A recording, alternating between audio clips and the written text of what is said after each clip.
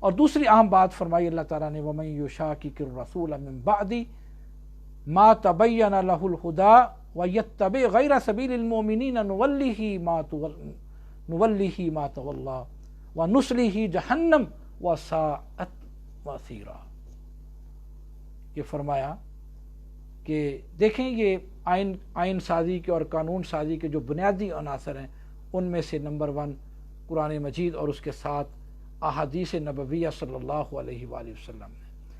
یہ اس کے بنیادی ماخذ ہیں، اور اس کے ساتھ ساتھ جو اجماع ہے وہ ایک بنیادی سورس ہے۔ اور اس آیت مبارکہ میں اللہ تعالیٰ نے جو سبیل المومنین ہے جو اس کو اختیار کرنے کا حکم دیا ہے کہ آپ صحابہ اکرام کو بھی دیکھیں، آپ تابعین اعظام کو بھی دیکھیں، اور آپ محدثین کو بھی دیکھیں، ائمہ کو بھی پیش نظر رکھیں کہ کس طرح ان لوگوں نے آئین سازی کی ہے، قانون سازی کی ہے، کہ روایت کیا رہی ہے، اور پھر اس روایت کے اندر جدیدیت کیا ہونی چاہیے، جدید مسائل کا حل کس طرح تلاش کرنا ہوگا۔ یہ اصلاً اجتہاد کے ذریعے ہوگا، اور پھر اجتہاد کا ایک ورژن جو ہے وہ اجماع ہے، اور اجماع رسول اللہ صلی اللہ علیہ وآلہ وسلم کے بعد کسی بھی مسئلہ پر امت کے اہل علم کا اکٹھا ہو جانا یہ بھی شرعی حجت ہے، جس کے بارے میں رسول اللہ صلی اللہ علیہ وسلم نے فرمایا لا تجتمع امتی علی الضلالۃ، یہ میری امت کبھی بھی گمراہی پر اکٹھا نہیں ہو سکتی۔ تو آج کے اس گلوبلائزیشن کے دور میں جب عالمگیریت ہے، جب انفارمیشن ٹیکنالوجی کا دور ہے، تو میں یہ سمجھتا ہوں کہ اہل علم کا کسی بھی مسئلہ پر اکٹھے ہونا اور پھر امت کو درپیش مسائل اور چیلنجز جو ہیں، خواہ وہ طبی مسائل ہیں، خواہ وہ معاشی مسائل ہیں، خواہ وہ کسی بھی نوعیت کے مسائل ہیں، تو امت کو جتنے مسائل بھی ہیں درپیش ہیں ان کا صحیح طور پر دور جدید میں حل نکالنا یہ کچھ چندہ مشکل نہیں رہا۔ صرف اس کے لیے ہمیں تعصبات کو ختم کرنے کی ضرورت ہے، ہمیں اپنے مختلف فرقوں سے باہر آنے کی ضرورت ہے۔ جب ہم مختلف اپنے فرقوں کو چھوڑ کر اس چیز پر جمع ہوں گے جو قرآن و سنت کی صورت میں ہے، تو یقیناً آج کے جو مسائل ہیں ان کا ہم آسانی سے حل بھی نکال سکتے ہیں۔ جس طرح کے آج کل بھی حالات ہیں، عبادات کے مسائل ہیں، دیگر مسائل ہیں، تو ستم ظریفی کی بات یہ ہے کہ آج اس دور جدید میں بھی ہم اتنے گئے گزرے ہیں، اتنی ہمارے اندر عصبیت اور تعصب پایا جا رہا ہے کہ ہم ایک اللہ کو ماننے والے اور ایک رسول جناب محمد رسول اللہ صلی اللہ علیہ وسلم کا کلمہ پڑھنے والے آج ہمارے اہل علم صحیح طور پر امت کی رہنمائی کرنے سے قاصر دکھائی دے رہے ہیں۔ اس کی وجہ کیا ہے؟ ہٹ درمی ہے، تعصب اور عناد ہے۔ ہمیں اس کو ترک کرنا ہے، اور پھر ہی ہم قرآن مجید کی اس آیت پر صحیح طور پر عمل کر سکتے ہیں۔ فرمایا کہ تم سبیل المومنین جو ہے اس کو بھی اختیار کرو، ان کو بھی سامنے رکھو۔ اولئک انعم اللہ من النبیین والصدیقین والشہداء والصالحین، اس کی طرف اللہ تعالیٰ نے اسی سورہ مبارکہ میں اشارہ کیا ہے۔ تو اجماع جو ہے یہ بھی اسلامی قانون اور شریعت کا اہم سورس ہے، اور اس کے ساتھ ساتھ قیاس صحیح کو بھی آپ پیش نظر رکھیں تو بنیادی طور پر جو شریعہ لاج ہیں وہ اس کے 4 بنیادی عناصر جو ہیں وہ قرار پاتے ہیں۔ اللہ کا کلام ہے، پیارے پیغمبر جناب محمد رسول اللہ صلی اللہ علیہ وسلم کا فرمان ہے، اور اجماع ہے، اور قیاس صحیح ہے۔ آپ مسائل کے حل کے لیے ان 4 بنیادی جو عناصر ہیں، سورسز، جو ذرائع ہیں، ان کو آپ اختیار کر سکتے ہیں۔ تو معزز سامعین و سامعات، عزیز طلباء و طالبات، اور دیگر شعبہ ہائے زندگی سے تعلق رکھنے والے جتنے افراد اس کو سن رہے ہیں، سب سے یہ گزارش ہے کہ آپ قرآن مجید کی تعلیمات کی طرف لوٹیں، اس کو اختیار کریں، تو یقیناً اللہ ذوالجلال والاکرام کی ذات جتنے ہمارے مسائل ہیں ان کو دور فرما دیں گے۔ اللہ سے دعا ہے اللہ تعالی ہمیں عمل کرنے کی توفیق عطا فرمائے۔ وآخر دعوانا ان الحمد للہ رب العالمین۔